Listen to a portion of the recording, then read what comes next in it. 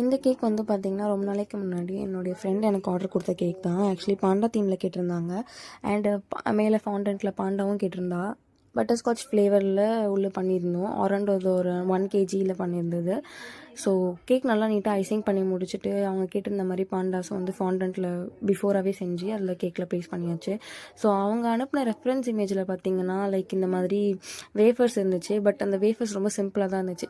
நம்ம ஏதாவது கொஞ்சம் ஆட் பண்ணணும் அப்படின்னு யோசிச்சு என்ன பண்ணலாம்னு பிளான் பண்ணி, பிகாஸ் ஃபாண்டன்ட்டில் ஆட் பண்ணாலும் அது நான் எடிபிள், ரொம்பவும் வந்து ஒரு மாதிரி ஆர்டிஃபிஷியல் தான் தெரியும், கொஞ்சம் ரியலிஸ்டிக்காக இருக்குது, என்ன பண்ணலாம் அப்படின்னு யோசிச்சு நான் வந்து மின்ட் லீவ்ஸ் வந்து ஆட் பண்ணியிருந்தேன்.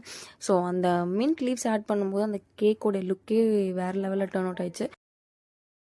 அண்ட் அவள் கேட்ட மாதிரியே நானும் நேம்ஸ் எல்லாமே வந்து ஃபாண்டன்ட்லேயே கட் பண்ணி எடுத்துட்டேன். ஸோ ஃபாண்டன்ட்டில் பிளாக் அண்ட் ஒயிட் தீம்ன்றதுனாலே நான் பிளாக் அண்ட் ஒயிட் ஃபாண்டன்ட்டை மிக்ஸ் பண்ணி ஆல்ஃபபெட் கட்டர் வச்சு நேமும் ப்ளேஸ் பண்ணி எடுத்தாச்சு. ஸோ ஃபைனலாக அந்த கேக் இப்படி தான் இருந்துச்சு.